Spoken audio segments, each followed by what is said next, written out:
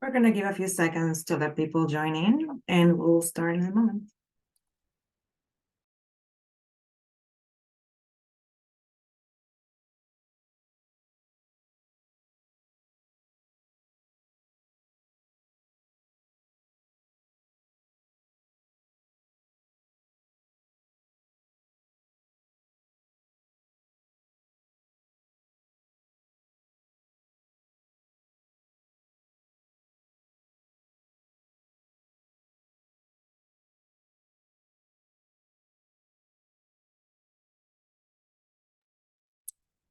All right, let's go ahead and get started.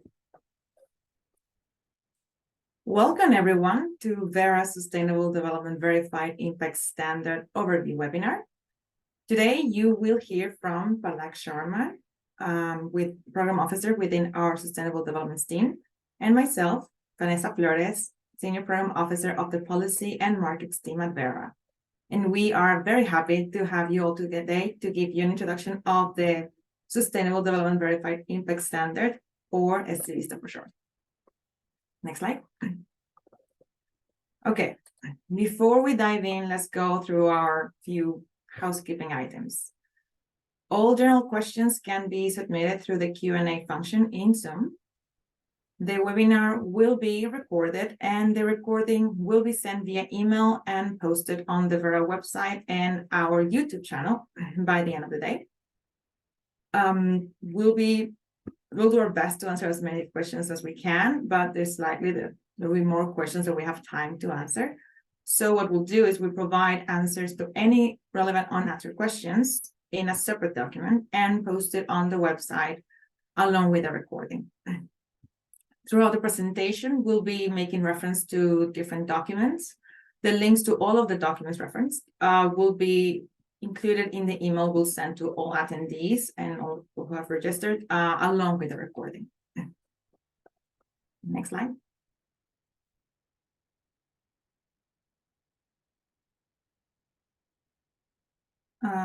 Lindsay, I think you stopped.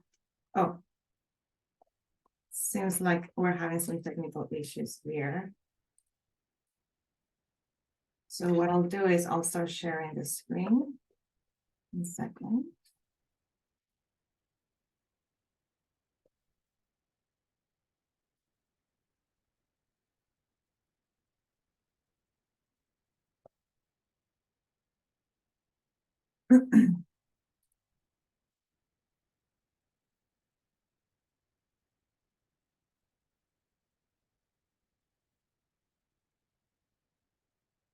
Can you see my screen now?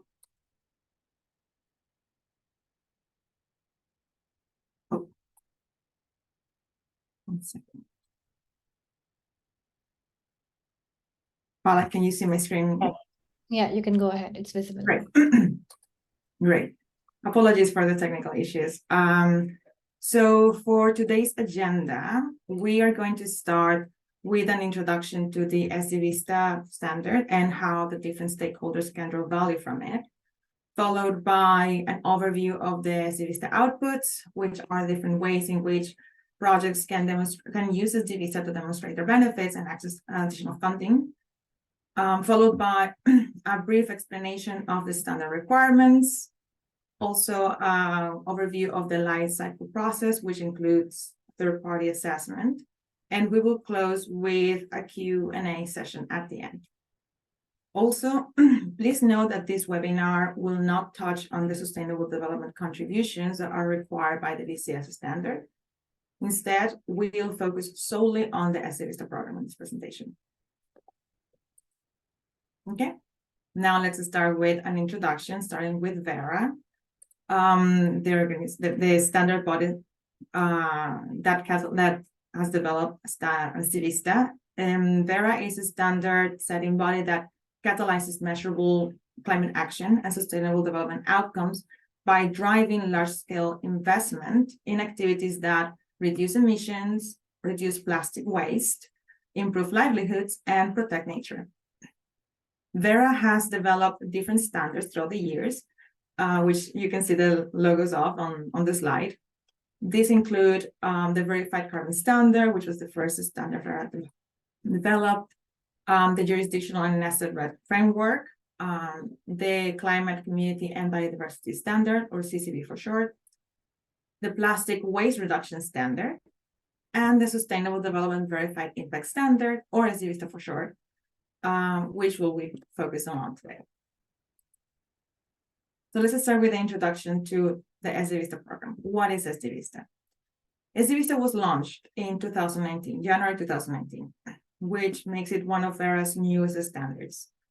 It is the premier standard for certifying real-world benefits of social and environmental programs that contribute to the United Nations Sustainable Development Goals, or SDGs for short.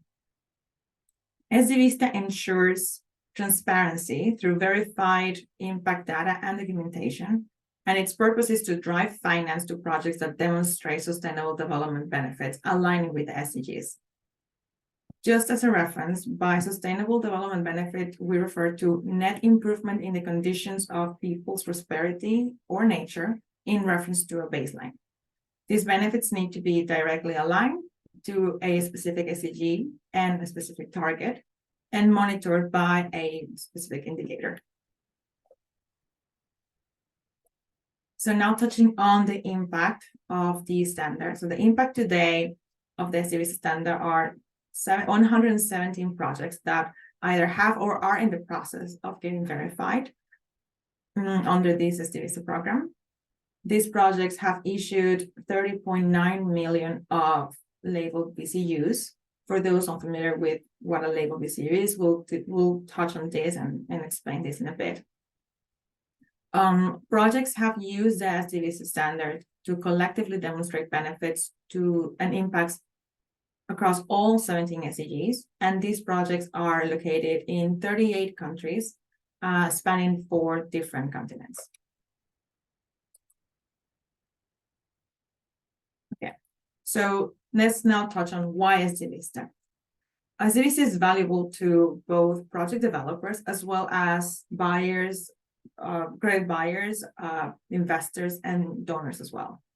For project developers or project proponents, VISta provides them with a rigorous but flexible standard that can certify a wide range of sustainable development benefits. By going through the verification process and getting their projects certified, they are able to increase trust.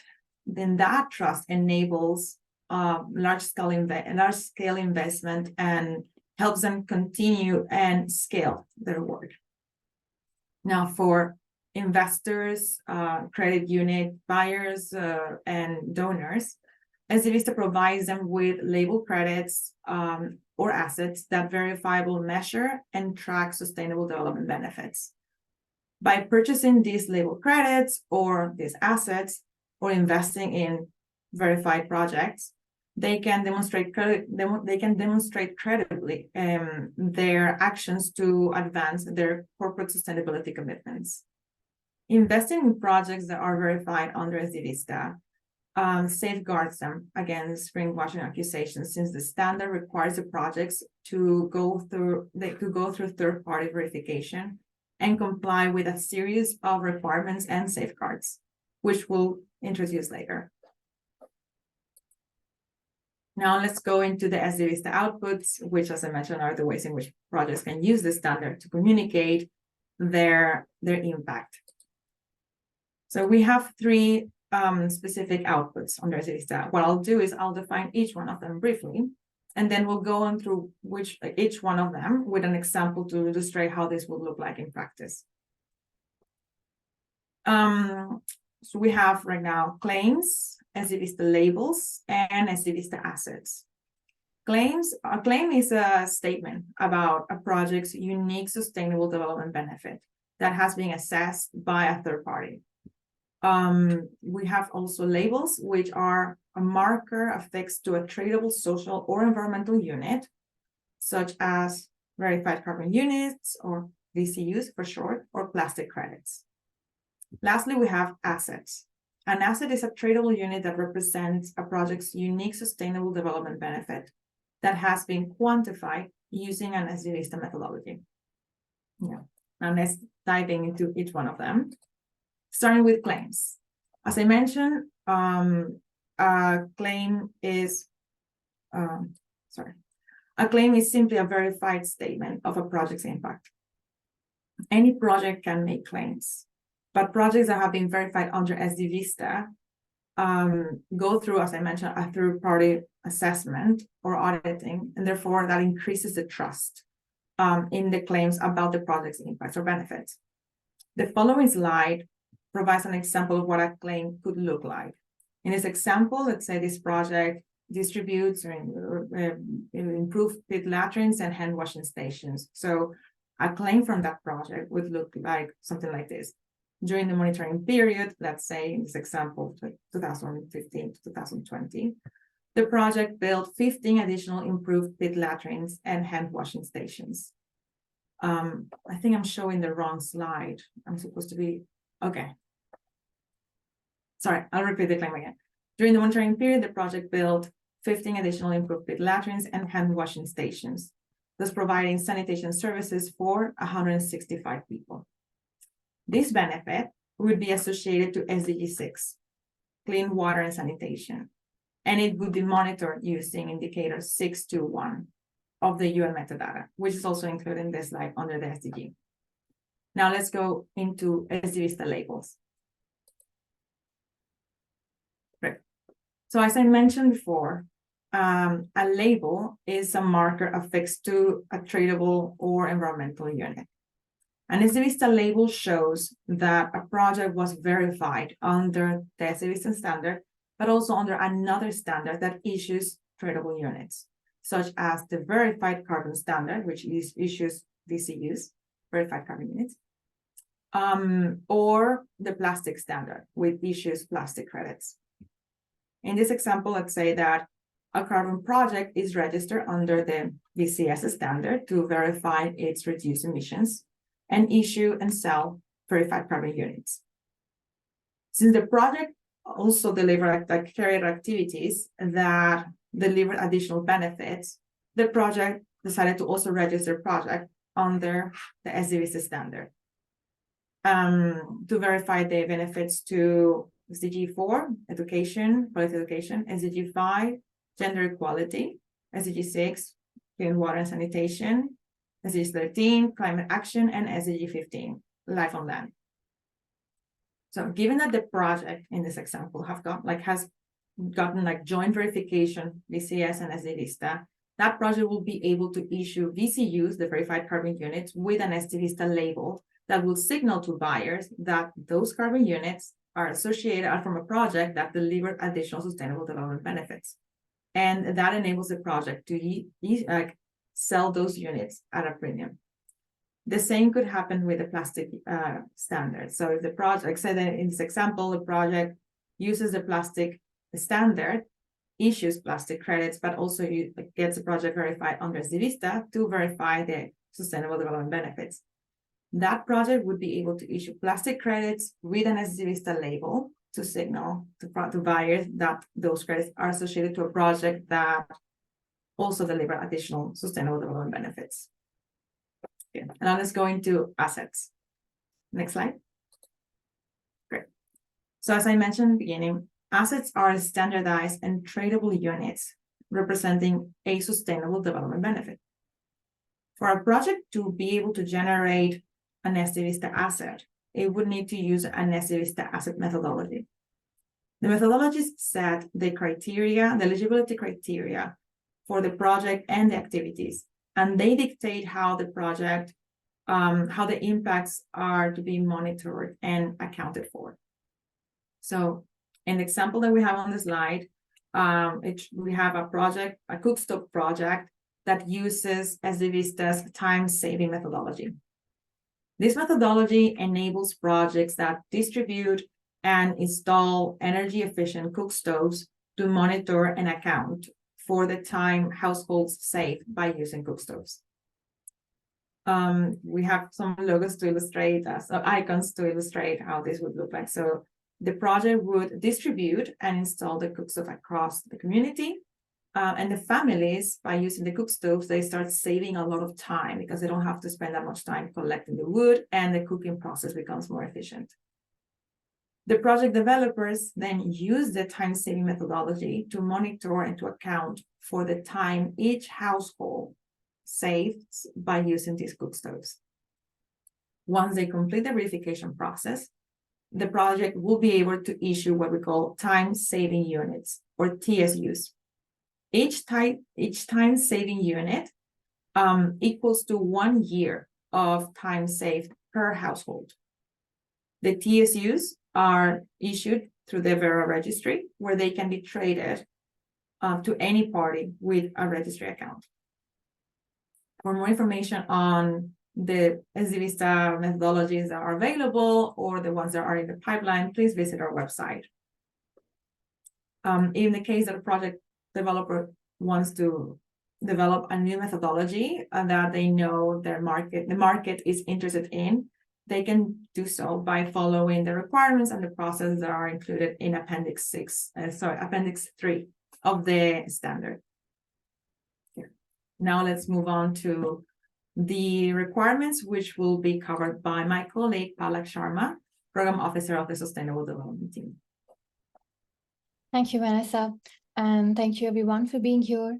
We're now going to talk about some core requirements of the SD VISta standard.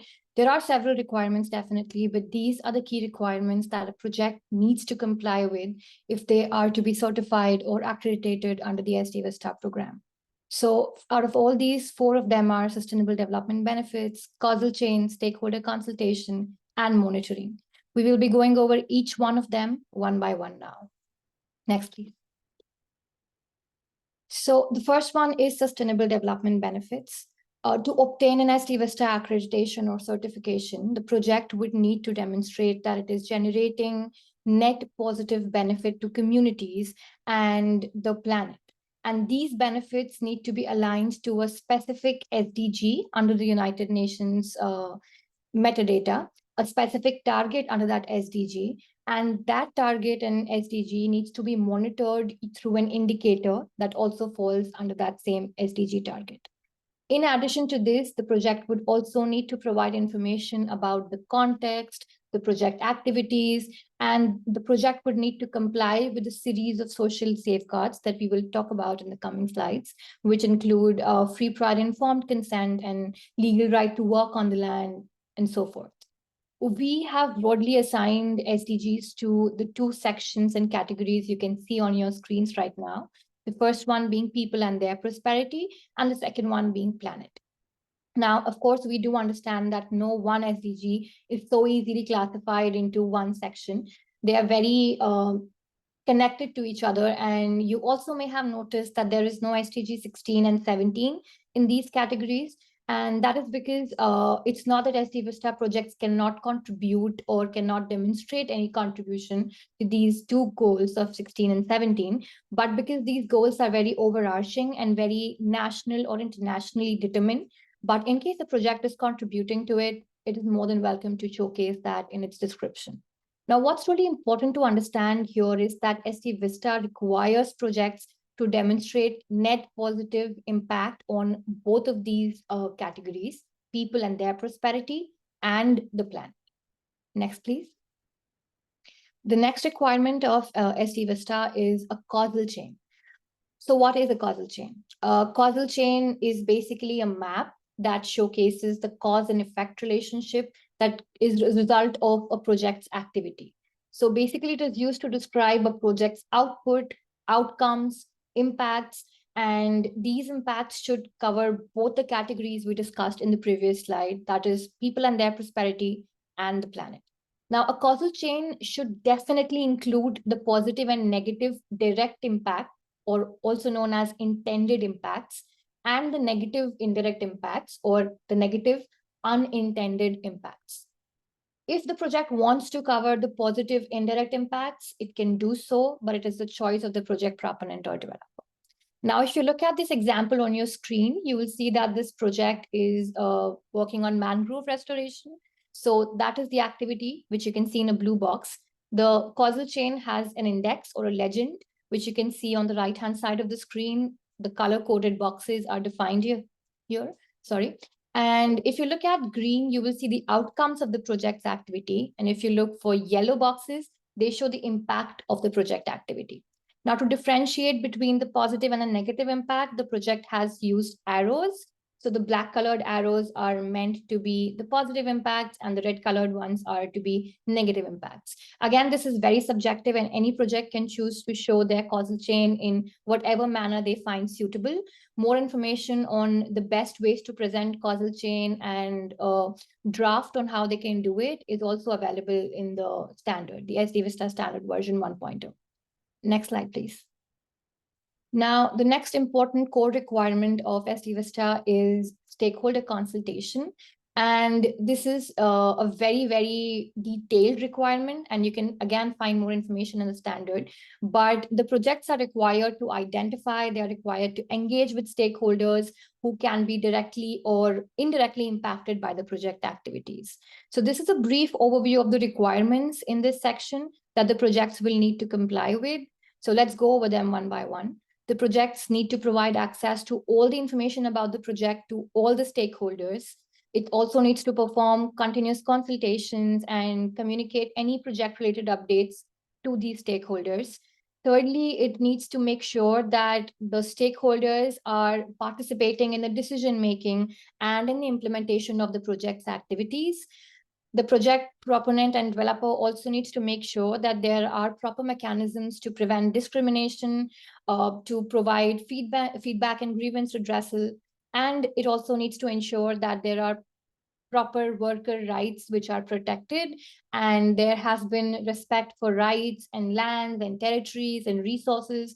And this can be showcased through obtaining a free, prior, and informed consent, or what we also know as FPIC, whenever required. But again, just to go over it, these are just in very, very brief, and you can find more details about them in the standard.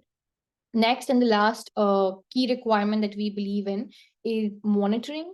So project proponents or developers will need to monitor these impacts that are depicted in the causal chain we discussed. And all of these should cover all the stakeholder groups which are a part of the project. The project proponent will develop a monitoring plan, and this plan is going to demonstrate the net positive well-being impact. And it has to cover both categories. So definitely people and their prosperity, and the natural capital or the planet. So this monitoring plan must be based on variables which are directly linked to the project's objective. So whatever the project is planning to achieve should be clearly demonstrated by monitoring these variables. And these should also cover the predicted benefits which were identified in the causal chain we discussed. Secondly, the project also needs to make sure that there is enough evidence and the project is able to support all the impacts, the claims, or any kind of assets, just as my colleague mentioned before, that whatever the project is generating, and the project has enough monitoring of enough variables to cover the monitoring of all of these impacts and claims and assets as the project discussed before. Now, moving on, we will be discussing, apart from these core requirements of the standard itself, the process of doing a third-party assessment. So as the rest of the VERA standards, SD VISta also requires projects to go through a third-party assessment or auditing in order to get their SD VISta accreditation or certification. So what exactly it entails in this case is that there are two assessment options for SD VISta. The first one is the traditional route that we already know. If you have worked with the VCS or CCB standard, you're aware of the VVBs, the validation or verification bodies. So in this first option that you see in the yellow box, the assessment is conducted by a VERA approved, VERA accredited independent VVB.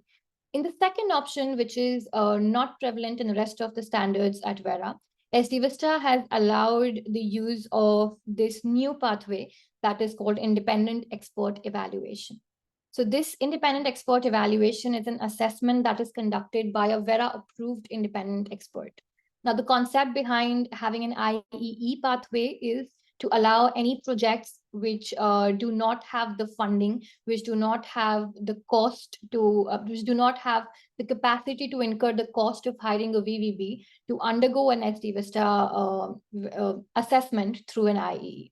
Now, just to highlight this for you, IEEs cannot review projects that are generating assets, as my colleague already described, using methodology, or even the labels. So just keep in mind that independent expert evaluation is not to be a permanent way for a project. If it wishes to change and gradually shift to the VVB methodology when it has funding, then it can do that over time. So if there are increased sources of funding appearing in later stages of a project, then based on that, the project can make a jump from an IEE to a VVB. Now, in the next slide, I would like to take you through the entire process of going through the VISta validation and verification.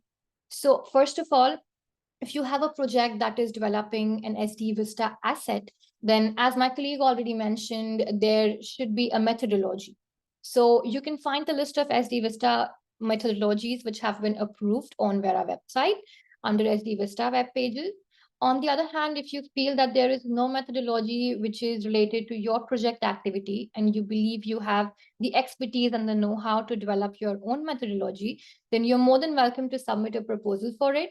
And you can find more details on it in the Appendix 3 of the VISta standard version 1.0. On the other hand, if you're not developing an VISta asset and you're just going to work on VISta labels and claims, then you directly move on to the first step of project listing.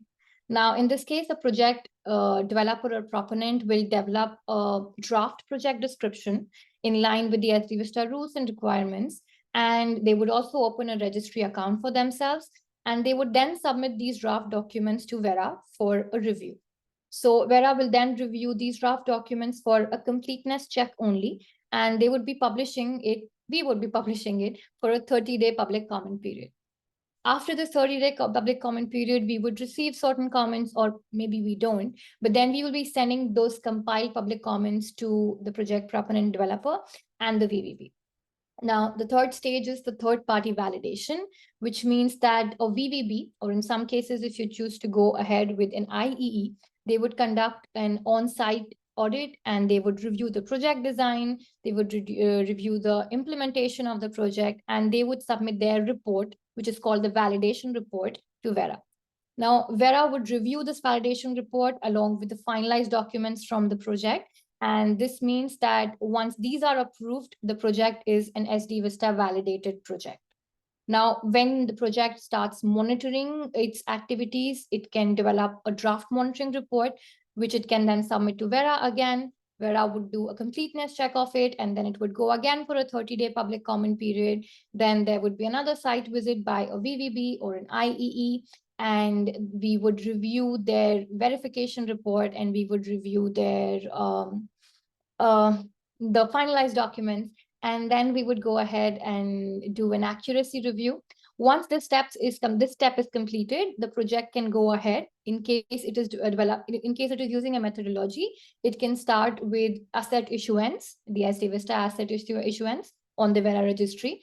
If the project is just labeling its VCUs, then the project can also issue the VISta labeled VCUs once the verification has been approved. Now, in some cases, a project may choose to go through a validation and verification together, which is also a possibility. And in that case, they would just need to submit both the documents from listing and monitoring together to us. Now, these are the stages through which a project goes. And I think I have tried to explain them in great detail, but if there's any question that you have on this process, you can go ahead and drop it in the Q&A section. Now, in the next section, we would be just discussing a case study of one of the VISta projects that we have. Next, please. So this is the Tuikruk Liu project. This project provides and installs and maintains energy-efficient cook stoves in the Lake Atitlan Basin in Guatemala. So this project, as you can see, is contributing to around 8 SDGs. And if you look at the project's documents in the Vera registry, you would be able to trace that each SDG has a corresponding SDG target and a corresponding SDG indicator attached to it. Now, in this case, you would look at the first contribution the project is making to SDG 1, which is no poverty.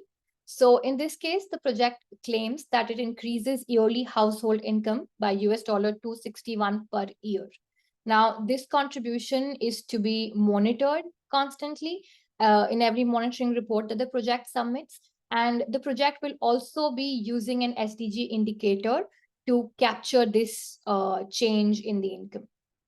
Then moving on to the next SDG, there is an SDG 3 contribution by the project on good health and well-being. There has been a 99% reduction in household air pollution for 3,000 homes.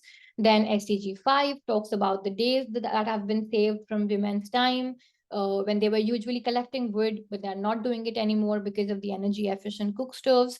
Then there's contribution to SDG 6, which talks about clean water and sanitation. So the project installed 17 water filters, providing clean water to 300 families. And I can go through all of them, but just to highlight some key requirements which are visible in these contributions. Firstly, all of these are aligned to the SDG goal, Sustainable Development Goal that has been put against them. Secondly, all of these are quantifiable. You will find that there is a quantity mentioned against each of the SDG contribution. So VISta requires that all contributions made to every SDG need to be quantifiable in terms that they are not really abstract in nature, but that they can be measured through the project's monitoring report or monitoring plan. So I welcome you to look at the rest of these contributions that the project is making. And even beyond it, it would be a good exercise if you're planning on developing a new project to go through the VERA registry and look at VISta projects which are already validated and look at their SDG contributions to figure out if there are any kind of alignment that you can find with your own projects and take inspiration from them. So I think this is it. I would open the house for any question and answers that you guys have, and we would be more than willing to take them at this point of time. So over to you, Vanessa. Wonderful. Thank you, Palak, for that presentation. So we have quite a few questions here. We'll do our best, as we mentioned, to answer as many as we can. What I'll do is I'll take one that I have seen arriving about the requirements. We see the question is the detailed requirement, the detailed requirements for VISta is reflected to achieve the labels or to acquire any of the recognition as claims, labels, or assets. Do we need to follow the entire route of causal chains, monitoring, and audit? So if I understand correctly, this question asks whether they have to follow the entire, to comply with all the requirements and process to be able to issue claims and labels and assets. The answer is yes. For a project to issue, to make verifiable claims and labels, they have to comply with all the requirements that we just mentioned and that Palak walked you through. But if the project wants to issue assets, the project would need to use the appropriate VISta asset methodology. So in the example I provided with the time-saving units, the project would need to comply with all the requirements in the safeguards, but also follow a specific methodology, in this case, the time-saving methodology. Great. I see one more question here about the length of how long it takes to approve and validate, to go through the validation approval, the ex ante and ex post process. How long does it take? So the timelines can vary from project to project due to various factors, such as the scheduling of the audit. That is something that the project coordinates directly with the auditor, and it may affect the timeline. It also, another element that affects the timeline could be the number of findings that are uncovered. So if through the audit, the auditor finds new things, or VERA throughout the review process, it gets a lot of findings that, we will have to review all of that and reconcile everything before the process can be completed. And that also affects the timeline. So the very general ballpark of the process from listing to registration is roughly a year and a half. But please keep in mind the timeline may differ per project. It also, the level of complexity of the project can also influence.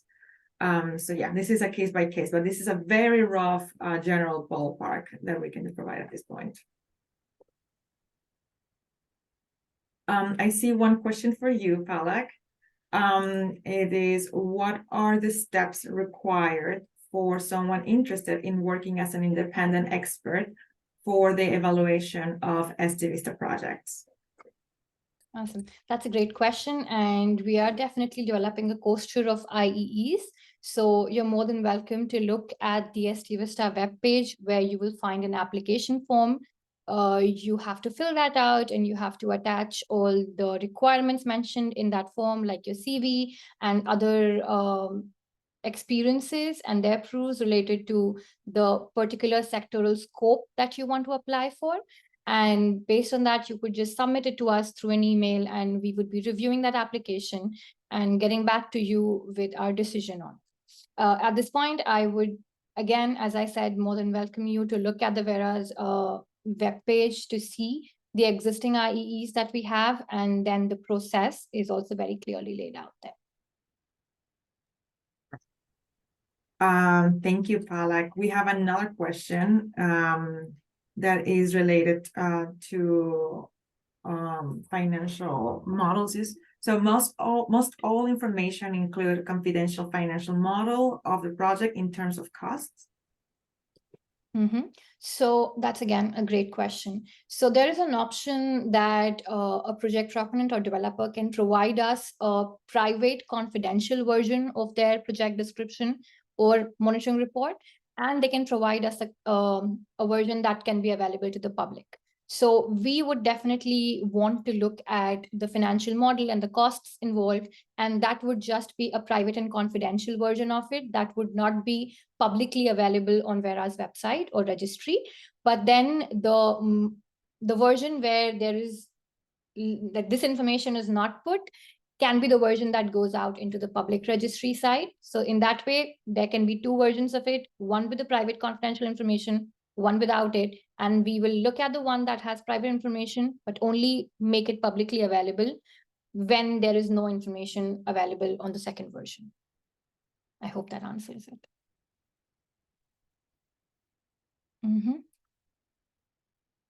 I think I can also take another question here that I see about an IEE. In what cases can IEE be used instead of a VVB? So for this question, for this particular thing, I think I'll take you back to the place where Vanessa was speaking about claims, labels, and assets. So whenever a project is generating assets, it has to use a VVB because there's a methodology involved, and there is a need for a rigorous assessment of those assets and their generation. On the other hand, when a project is generating VISta labeled VCUs, in that case also the project would need to use a VVB. But the only case where a project can use an IEE is when they're making VISta claims. So because these are not associated with any asset generation or labels on any assets like VCUs, these can be assessed by an IE. Great, Palak, thank you. I see a couple more questions here, which I can take. One is about demand for this unit. So according to you, how much is the demand of the VISta assets? Like from a buyer perspective, what drives them to seek the assets? So by purchasing an asset, if I was a buyer, then I would be able to make claims and be able to communicate that contribution and be able to communicate in a credible way my progress towards my sustainability corporate commitments. So that's usually what is driving demand. There are a lot of different buyers out there. There are many different kinds of buyers, different companies, different organizations purchasing carbon units or assets, and it all ties up to what commitments they have to stakeholders or the specific goals, internal or external, that they have. And that's what usually drives them into wanting to contribute in the way of purchasing assets from projects that deliver impacts lined up with their goals.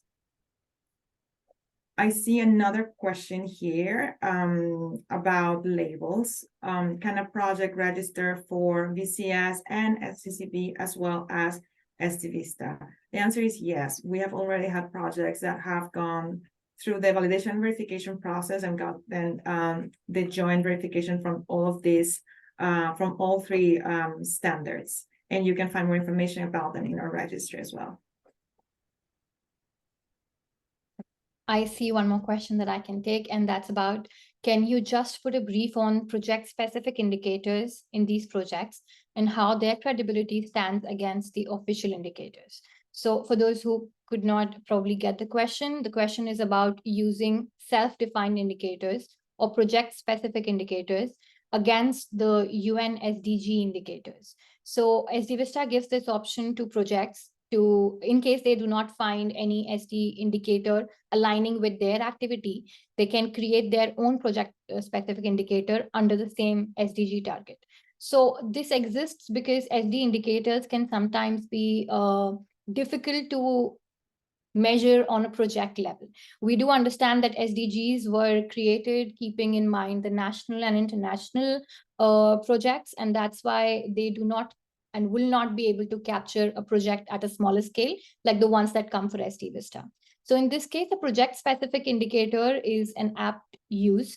So the credibility does not change. So just to give you an example, if you find that there is an SDG target that you want to contribute to, and under those SDG targets, there isn't any SDG indicator that actually captures the work that you're doing in your project activity. In that case, you should feel free to use a project-specific indicator as long as it is aligning with the SDG and the SDG target that you have selected in your contribution table.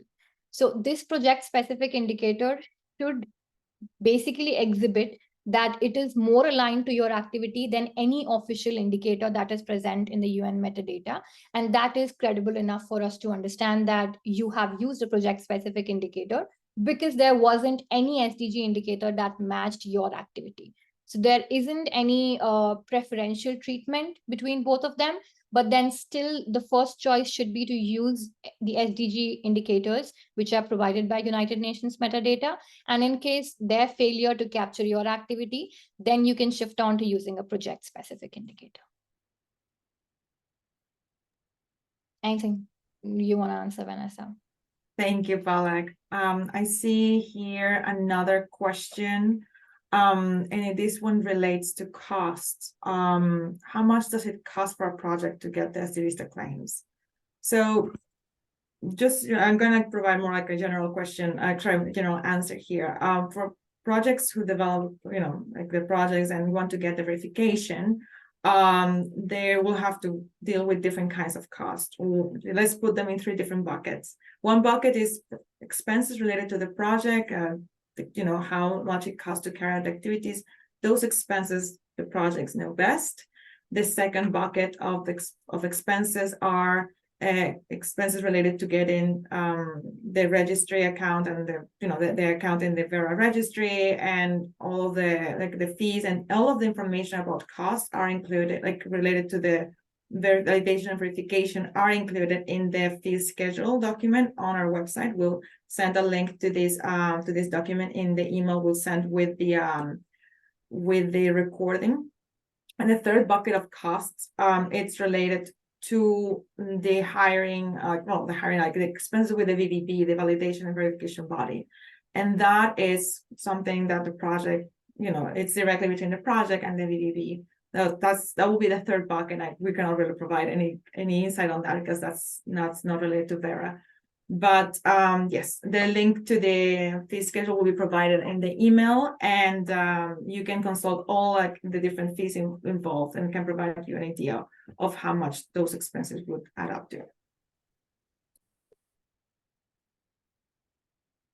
Can I ask you one more question, Vanessa? Yes, go ahead. Which is, does the validation and verification for SD-VISTA be combined with the VCS validation and verification process of the project? So basically the question is, can they be combined, like VCS and SD-VISTA? Yes, projects can get a joint verification between from both standards. As I mentioned in the example, a carbon project that reduces emissions can use VCS to quantify the units. of carbon that the project has reduced, and SD VISta to quantify the impact other activities have delivered like benefits to their SDGs, and they can submit documents together and do the validation and verification process jointly. Awesome. One more question, which is, do all claims have to be quantitative? Right. So one requirement of the SD VISta standard is like that contributions or impacts need to be they need to be quantified and need to be time bound. So if the project is like the example that we share, like the project is installing latrines and hand washing stations, in the project design, the project needs to assess or estimate how many will be installed and how many people will be able to have access to it by what year. These are estimations. We understand sometimes the project may be able to like hit more or a bit less, but there needs to be an estimation done, and through the monitoring and the verification, the project will be able to quantify, to get an explicit number of the impact delivered by the project. So claims should, in good practice, always be quantitative, like quantified, and ideally time bound as well. I do see one question that I can answer, and that is, how does VERA assess the quality of stakeholder consultation? Such variety in quality, from minimal tick box to in-depth, meaningful consultation with different interests, example, women, marginalized groups. So that's an amazing question, and something we take very seriously at VERA and of course, like even in the SD VISta program. So I would really welcome you to look at the SD VISta standard version 1.0. There are effective consultation guidances which are provided in the standard, and the requirements range from gender and intergenerationally sensitive consultations to putting special attention to vulnerable people, marginalized people. And there has been enough attention provided to all of the considerations regarding mutually acknowledged, culturally appropriate methods that are available in that particular geographical area. So the engagement and the information with stakeholders need to be done or conducted using those socially and culturally appropriate methods, and the project would need to showcase that.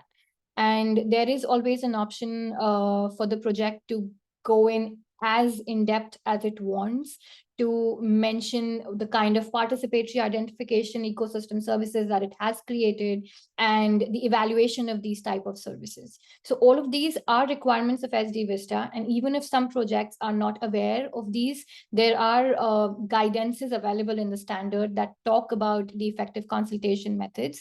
And I would again welcome you to look at them and just check it for yourself that those requirements try to cover as many aspects of in-depth stakeholder consultation as possible. Then there is another question that I can answer, and that is, if IEE is there to help those who cannot afford a VVB, then why not it is continued for long term? So I'm sorry if it was not clear. My indication was that if a project wants to shift to a VVB approach, because maybe during the whole lifetime in 10 years, suppose the project realizes that I have generated enough funding from SD VISta claims, and now I want to generate SD VISta assets. So I did mention before that this is a limitation of an IEE. They cannot evaluate SD VISta labels or SD VISta assets. So in that case, the project would need to shift to a VVB assessment method, and that means that it cannot continue using an IEE. So there is no restriction from us, from VERA's side or SD VISta requirement that demands that a project should move from an IEE to a VVB after a certain point of time. It is only a project preference if it wants to generate an SD VISta asset or have SD VISta labels, and then it should move to a VVB. So I hope that answers your question. Then I see one more question that I can take, and that is, can SD VISta be used with other standards like CCB? And if yes, what are the other standards? So yes, SD VISta can be used with CCB as well as VCS. We have several projects which are accredited or certified with VCS and CCB, and they also have SD VISta labels on their VCUs along with the CCB labels. So it is definitely a possibility. SD VISta can also be attached to other GHG programs, and you can find more information on that in the SD VISta standard. Just to reinstate that, we will be attaching all the documents that we are mentioning in this conversation with the email that we send after this. So just feel free, you do not have to run around the website and search for them yourselves. We will be sending them to you. Thank you, Palak. I see one question here that I'll take. Is it possible to sell an SD VISta asset separate from a VCU? The answer is yes, because SD VISta assets relate to a specific sustainable development benefit that is separate from carbon. It is possible for a project that potentially is a carbon project and reduces emissions, but also delivers a specific sustainable development benefit and uses a specific SD VISta methodology to quantify and monitor that benefit. That it is possible for that project to issue VCUs through the verified carbon standard and issue SD VISta assets for that specific sustainable development benefit that was quantified with the SD VISta methodology. And this is a way for projects to be able to access additional sources of financing other than just carbon as well, which is one of the questions that we received, that how does the labels or asset help projects generate additional funds? In the case of a project that, as I mentioned in the example, uses the VCS standard, verified carbon standard, to quantify the reduced emissions, and uses SD VISta, but just to add a label, those projects would be able to sell those carbon units with an SD VISta label, and that enables them to access a separate group of buyers that want to be buying units that contribute, that had specific sustainable development benefits, and that enables projects to sell their units potentially at a premiums. So that's a way in which the labels enable the projects to access additional funding.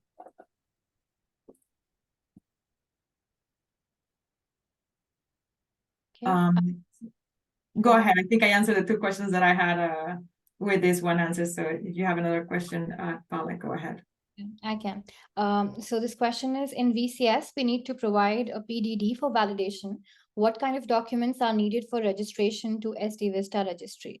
So of course, SD VISta registry sits inside the Vera registry itself, and the process is clearly listed, clearly demonstrated in section 3.3 called listing in the SD VISta program guide. So this contains all the documents that you would need to submit at all the stages. So you start with submitting the same draft project description, you submit a listing representation, any supporting evidences, and Vera image submission form. And post that, you go ahead and you have an open public comment period. So this is the first stage. Once, as I mentioned, there has been a site visit by a VVB or an IEE, and they have developed a validation report or a design and implementation evaluation report, then they submit it to us, and we then do a complete accuracy check of it. And once those are approved, we go ahead and we approve the whole project. So the project is then SD VISta validated. So it runs very similar to the rest of our programs. But again, I welcome you to look at the SD VISta program guide, which we will be sending in a link after the webinar in our email. So you can have a look at all the requirements and all the documents that are required for SD VISta. Thank you, Palak. We are going to be answering the last batch of questions now before we're getting close to the top of the hour. But I have here a question that asks about the type of projects, the category of projects, or where the SD VISta label, like VCUs, were issued. So as I mentioned before, like the SD VISta, unlike other standards such as CCP, has a very wide range of applicability. CCP is usually only for land use projects. Like SD VISta, it's, it can be used to assess benefits of land use projects, but also non-land use projects as well. So we've had projects of all sorts using getting the verification under SD VISta. We have land use projects, we have REP projects, and we also have cook stoves and rural area projects that have used SD VISta to verify their additional sustainable development standards. So wide range and variety there as well. There's a question here. Do I need to complete the SD VISta validation by a certain time after the project start date? So if the project's intention is to be verified in order to issue labels, there is no deadline for the project to do complete validation in relation to the project start. But if the project is intends to issue assets, there is a deadline that, if I recall correctly, correct me if I'm wrong, Palak, is 5 years.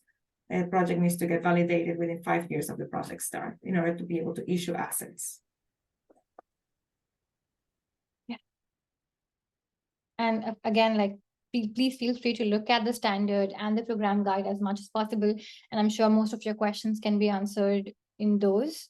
I can just take one last question. And that is there a combined VCS and SD VISta PDD? So unfortunately, not at the moment, but we are working on it and we are trying to make it live as soon as possible. So that is already in books for us. But for now, there is a separate SD VISta PDD and a separate VCS PDD that goes ahead. Great. Well, and I think with that, like, we could have more time to be answering more questions, but don't worry, we'll be answering all questions in that document that we mentioned. So we'll be sharing that document with all the answers along with the recording via email. Thank you all for your time and your participation. We're excited to answer your questions and for you to look more into this standard for your projects or potentially for future credits. Thank you all and have a wonderful day. Thank you. Bye.